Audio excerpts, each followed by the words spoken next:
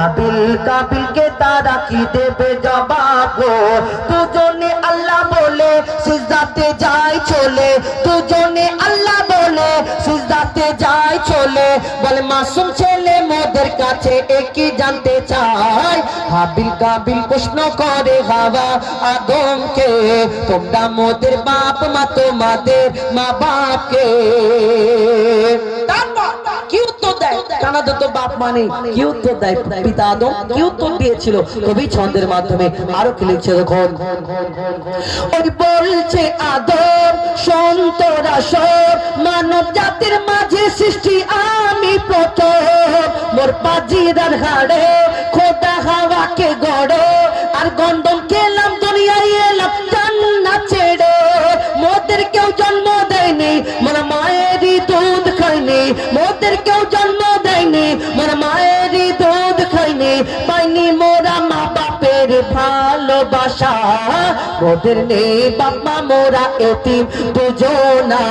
মা বাপ কি মোদের জানা হলো না, দুজনে এতিম মিসকিন নেই মোদের মা বাপের দিন। দুজনে এতিম মিসকিন নেই মোদের মা বাপের দিন। তাই মানব জাতির পিতা মাতা মোরা দুজনা।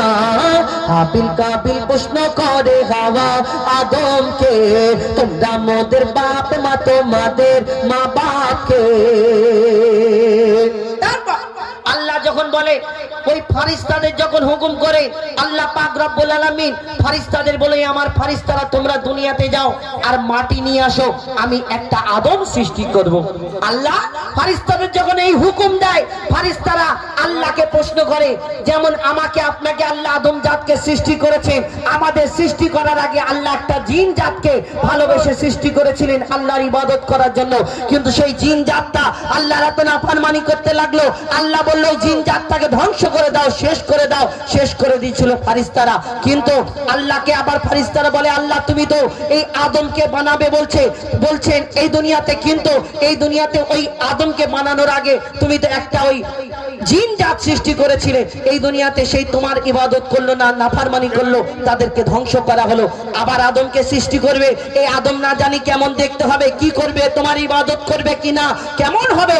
যখন আদমকে বানাবে সে কি করবে? আমরা তো আল্লাহ তোমার ইবাদত করি। আল্লাহ সেদিন বলেছিল, আমার ফারিস্তারা আমি যা জানি তোমরা তা জানো না। আল্লাহ সেদিন কি বললো, তারপর কি ঘটনা হয়, কবি ছন্দের মাধ্যমে লিখছে দেখুন। মোর আল্লাহ বলে, ও মোর আল্লাহ বলে, শোনো শোনো আদম জাত। আল্লাহ পাক রব্বুল আলামিন সেদিন ফারিস্তাদের কি বললেন, কবি ছন্দের মাধ্যমে আরো কি লিখছে দেখুন। ও মোর আল্লাহ যখন বলে গড়ব আদম, ফারিস্তারা শুনে বাধা দিয়েছে তখন।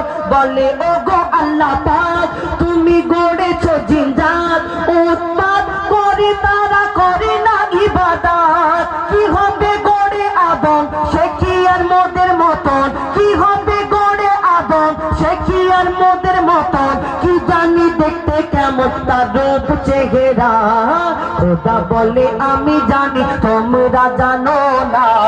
আদম সৃষ্টি করা আমার আসল বাসনা, আমি যে গর্ব আদম সে মাখলুকে সর্বোত্তম।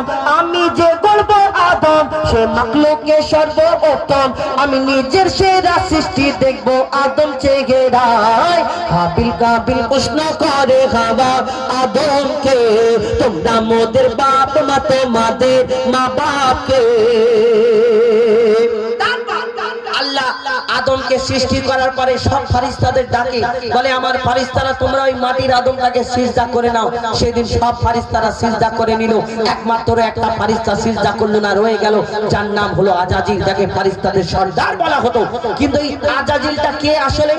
সেই যে জিন জাতটাকে আল্লাহ ধ্বংস করেছিল, সেই জিন জাতটাকে ধ্বংস করেছিল, সেই জিন জাতকে ধ্বংস করার সময় একটা ছোট্ট বাচ্চা বেঁচে রয়ে গেছিল। এই বাচ্চাটা আল্লাহর ইবাদত করতে লেগেছিল, কম বেশি 6 লক্ষ বছর ধরে ইবাদত করার পরে আল্লাহ যাকে ফারিস্তাদের সর্দার করে দিল, ওই আজাজিল, যার নাম হলো, কিন্তু সেই আজাজিল কিন্তু আদমকে বানানোর পরে সিজদা করলো না। তাহলে এই আল্লাহ তাই সেই আজাজিলকে কি করলো, কবি ছন্দের মাধ্যমে শেষ কথায় লিখছে দেখুন। ওমর দিল আল্লাহ আওয়াজ, শোনো শোনো সব রাত, দেখো আমার